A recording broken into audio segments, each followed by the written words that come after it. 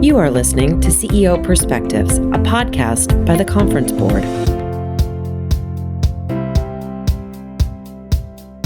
Welcome to this episode of CEO Perspectives, a signature series by the Conference Board.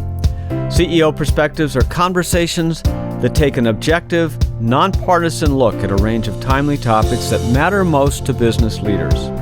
To help make sense of these topics and how they'll unfold, we'll sit down with thought leaders and do what we do best at the Conference Board, provide trusted insights for what's ahead. I'm Steve Odland, the CEO of the Conference Board, and the host of this series. And in today's conversation, we're going to talk about the role of the CEO in driving their ESG strategy. Joining me today is Paul Washington, the Executive Director for the Conference Board's ESG Center. Paul, welcome.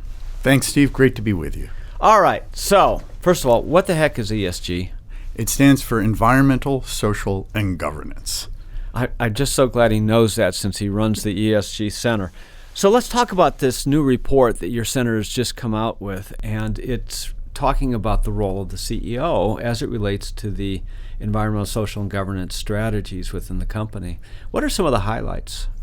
Look, I think we'll get into some of the specific insights coming out of it, but I think what came through the roundtable discussion we had with a group of CEOs on this subject were really four things. The first is the seriousness with which CEOs are taking environmental, social, and governance issues. I mean, there's a real commitment to addressing them. So there's seriousness. There's centrality of the CEO in driving these efforts. This is not something that is sort of siloed off in corporate citizenship or in some other area. It really goes to the heart of the company's business strategy. And then, frankly, it's the degree of challenge that CEOs are facing because they are trying to balance the priorities of multiple stakeholders and they're trying to address a broad array of issues and do it all at the same time. It's really a big challenge CEOs are facing these days. But, when we talk about ESG strategy, I get a little confused because, it sounds like that's something that's separate from corporate strategy, but that's not the case necessarily. It shouldn't be. It has been. A lot of companies have had, they would call it their ESG strategy or their sustainability strategy. The goal here, and that came through in the report, is not to have a sustainability strategy, but to have a business strategy that is sustainable. Okay, so it used to be this thing that was forced by activists or investors or whatever. And so you had to do these things over here, take care of the environment, whatever. And then you got on with your business strategy. And right. So what you're saying is that now it's all one thing and that ESG components need to be interwoven into business strategy. That's exactly right. And it makes running a business somewhat more challenging, but also more interesting and provides an extra level of purpose and motivation for your employees. Well, and so therefore the CEO's role is not dissimilar to her role in any portion of the strategy, which is to help guide it with the leadership team and also to work with the board in a collegial fashion to craft this strategy. That's exactly right. I would say that it's often, though, dealing with issues that are somewhat unfamiliar, right, to members of the board and members of the management team. And it's also dealing with sometimes conflicting expectations of stakeholders.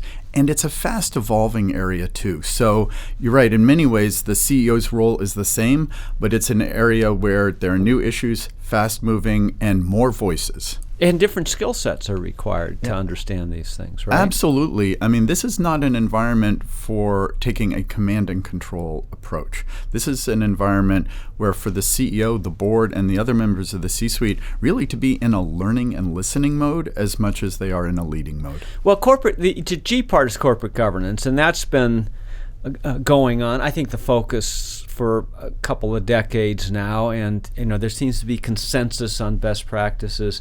It's really the E and the S part that have not been completely integrated into strategy. Yeah, I think that's right. And then there is the G part, the governance of those E and S issues, which is also sort of a frontier. So, your center tracks how companies are addressing over 200 ESG issues. give us some examples of those issues, and how do you keep track of that? Sure. Under the environment, it's not just climate, but it's biodiversity, it's water usage, it's waste.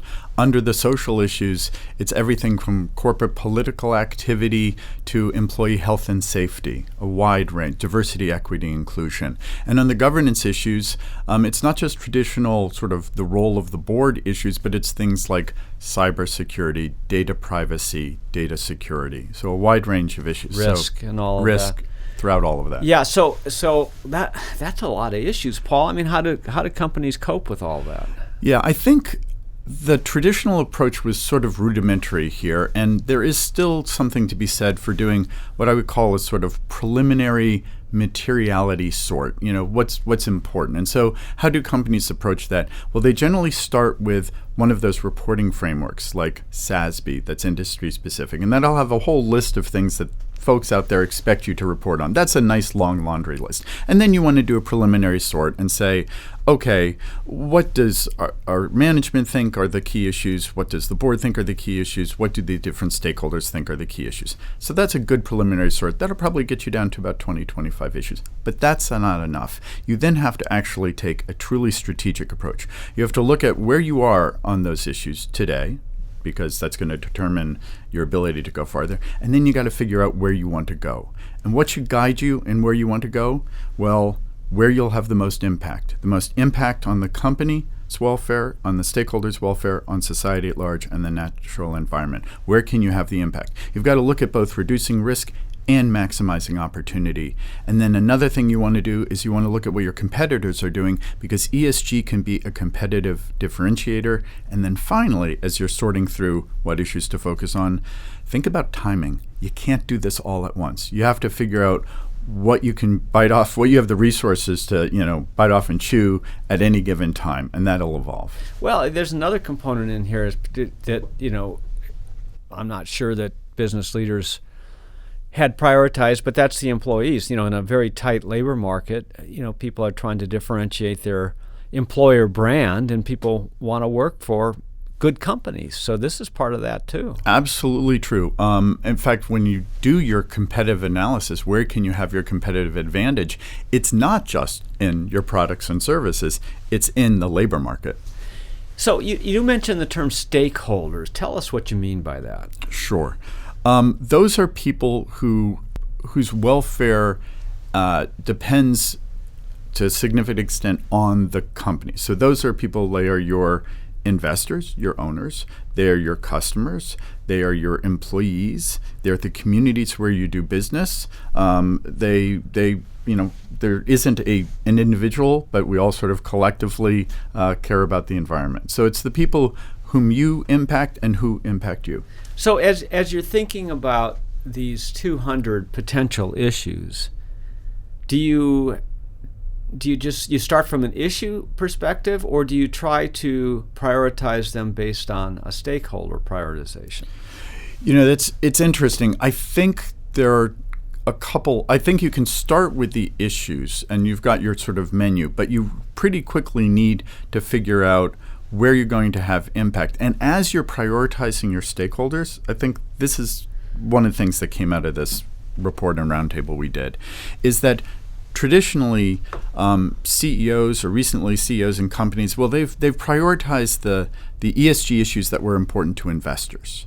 I think as we move ahead here, more focus needs to be placed on what issues are important to your customers, next to your employees, and then to your investors. Because the customers, that's, as you're driving ESG into your business, what you're doing has to make sense for your customers. And then second, it's got to make sense for the employees.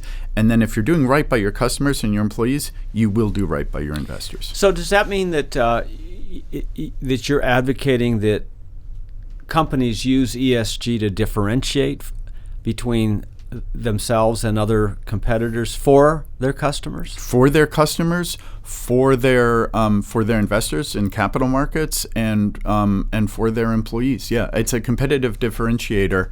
And I would say one thing that's really interesting about some of the research that came out of the Marketing Communications Center is the importance of basic bread and butter economic issues, economic fairness issues, fair wages, fair labor conditions, healthcare access, that's really important to your customers. It's important to your employees. It's important to society.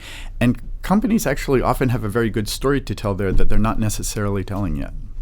So you have to think through all of these possible 200 or so measures. You have to then identify your stakeholders. You then have to rank your stakeholders. You then have to.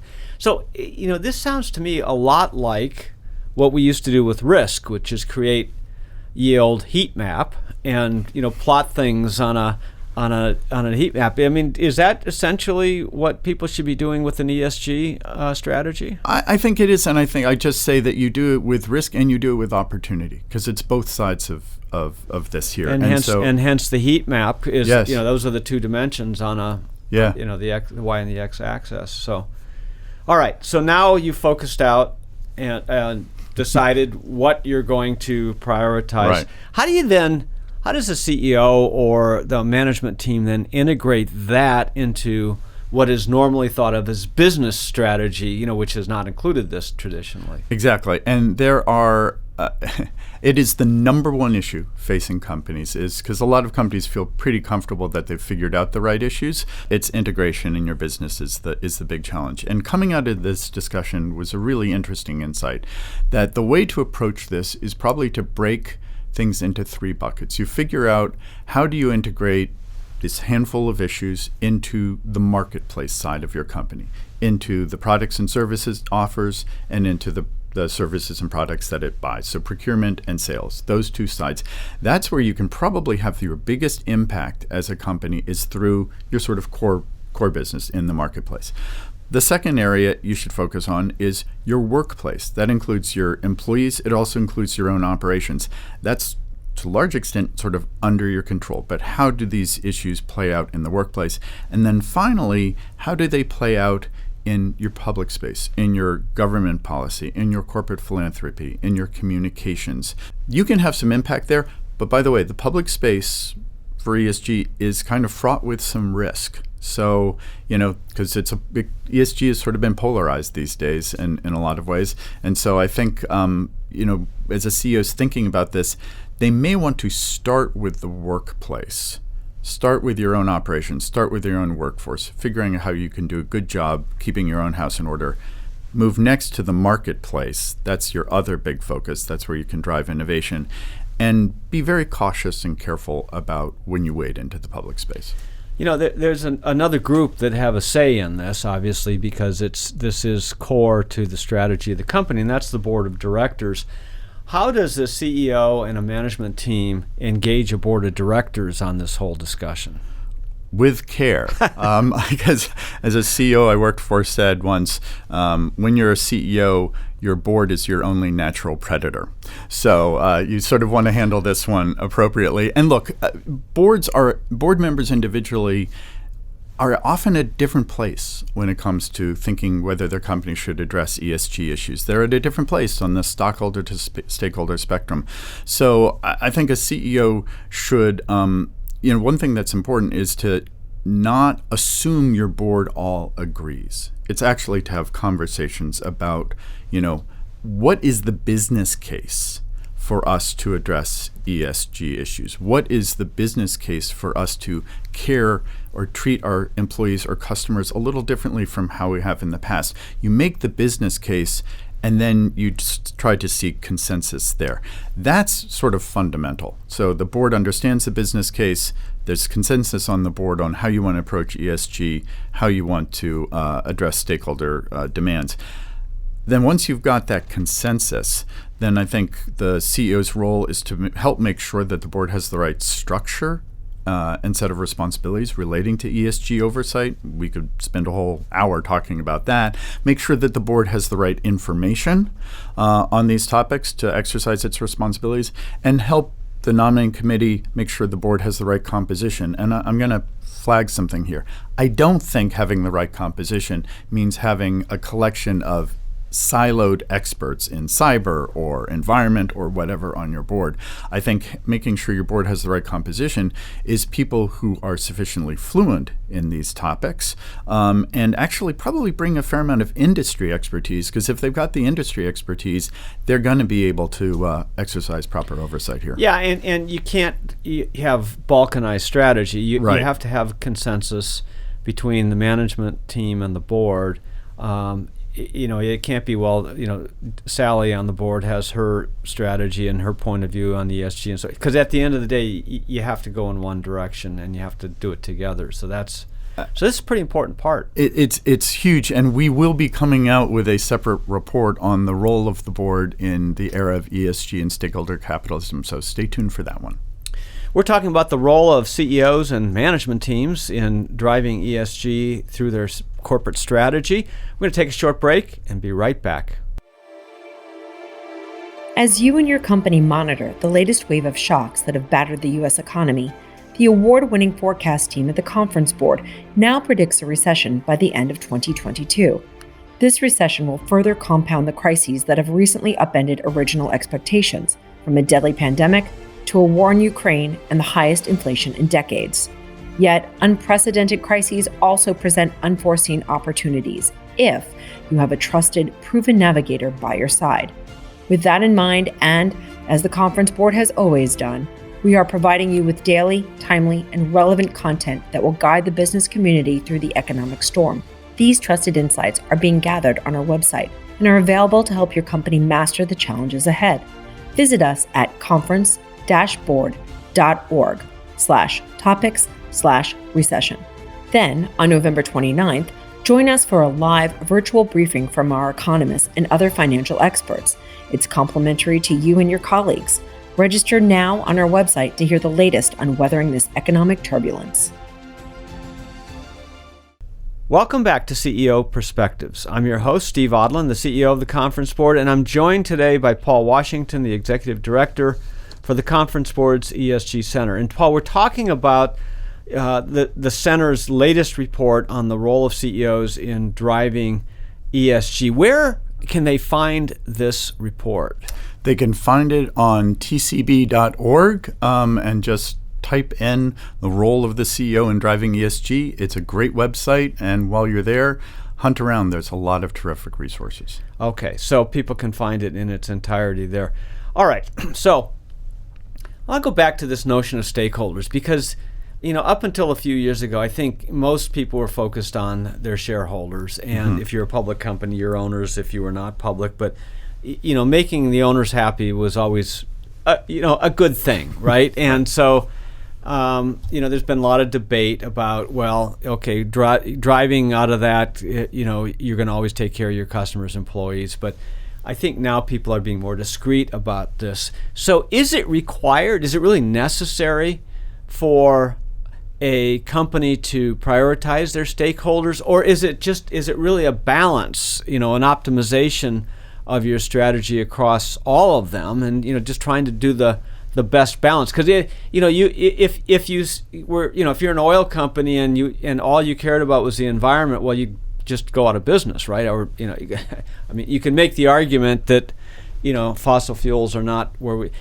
so you got to have some balance here. I agree. And look, depending on the issue, different stakeholders may be more important. So, for example, your company's reaction to the war in Ukraine.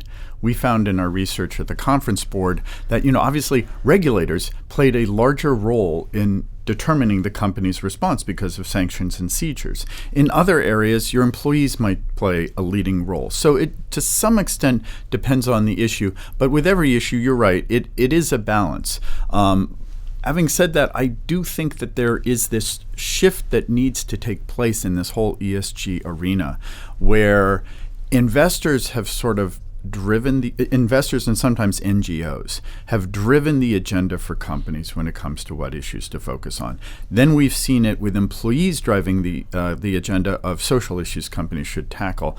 I think as ESG becomes more ingrained in the company's business, and we want it to, then I actually think your customers, whether they're individual customers or they're your business partners, are actually going to play a bigger role here. It's always going to be a balance, but I actually think the center of gravity is going to shift from investors to employees to your customers. Well, do you think there's unanimity of thought here among investors on, especially investors of in public companies, on ESG? In other words, I think it used to be that the investor demands were, produce shareholder value and let the rest of it go. But you're hearing a lot about shareholders now saying, well, the E and the S are really more important. Where is that balance today? It's interesting because, investors, like employees, like customers, they're not monolithic on this, and they're all flavors of different approaches that folks take to ESG. When you're an investor, do you screen out certain things? Do you screen in other things? Do you take ESG as sort of a modifier of the financial performance, or how deeply do you ingrain it? And some people just do it for show. But there's a significant divergence on approaches to ESG, and I think ESG. We talked about this in an earlier podcast. ESG to some extent has been oversold to investors, that it will always outperform the traditional funds, and that's not the case. And they haven't been outperforming, and the fees are higher, and all that. There's been some greenwashing in there. So there, it's fraud. But I think generally society as a whole is asking corporations, not just in America but all over, to be better citizens and to incorporate ES and G in their basic business strategy. And so it comes back to that optimization equation. It does. And yes, you're seeing, companies are responsive creatures, so are investors, so are asset managers, and they're responding to the expectations of their upstream clients who are, regardless of age, actually saying we want to invest in companies that are responsible. A lot of companies now are publishing these ESG reports or corporate social responsibility reports, however they entitle them, corporate citizenship reports. But gosh, some of them just look like phone books. I mean, they are just, I understand, their desire, not to miss an issue that might be pertinent for somebody, but how should they be thinking about packaging this information? It's a great question. Yeah, you could furnish your house with ottomans, basically, made out of these CSR reports. Those are good repositories of information, but I think we've come to see that they are not good communication vehicles. So, I think one thing that the companies need to do, first of all, you need to figure out what's important for each of your stakeholder audiences and address them, address the issues that are of concern to them where you have something meaningful to say. You may not have something to say about every issue that's important to those stakeholders. So, figure out what issues are important to the company, tailor the message to the individual stakeholder audiences, making sure that there's obviously consistency and accuracy there. But here's something that came out of the roundtable that I thought was really interesting, especially when it comes to CEOs. You should really take a strategic approach to communications. Figure out what you want to do, Steve, as you said, with ESG built into your business strategy. What are you really trying to accomplish, right? And then you figure out which stakeholders can help you achieve it or can stand in your way. Are the regulators going to help you achieve it, or will they stand in the way?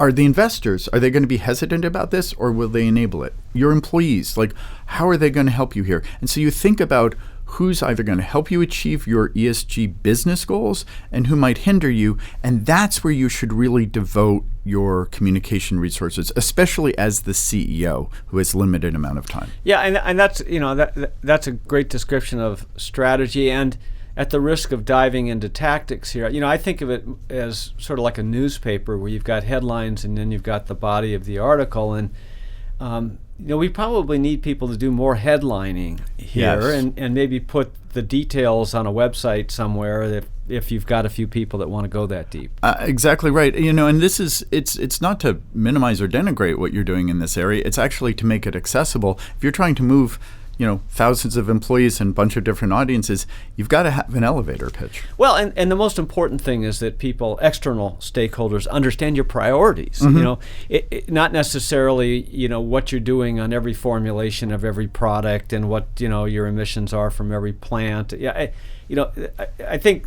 you've got to know that, and you've got to track it, and the metrics need to be. But the question is, what are you focused on, right? That's exactly right. And even investors who often have their checklist of ESG topics they want to cover, they are impressed when you say, you know what, for our company, this is what matters. I used to work at a media company, and sustainability for a media company was about things like diverse content for diverse audiences, more things like that than environmental issues. And when you told the investors that that's what matters, that's where we can have an impact, we're different, they really appreciated it because it showed you had given it thought.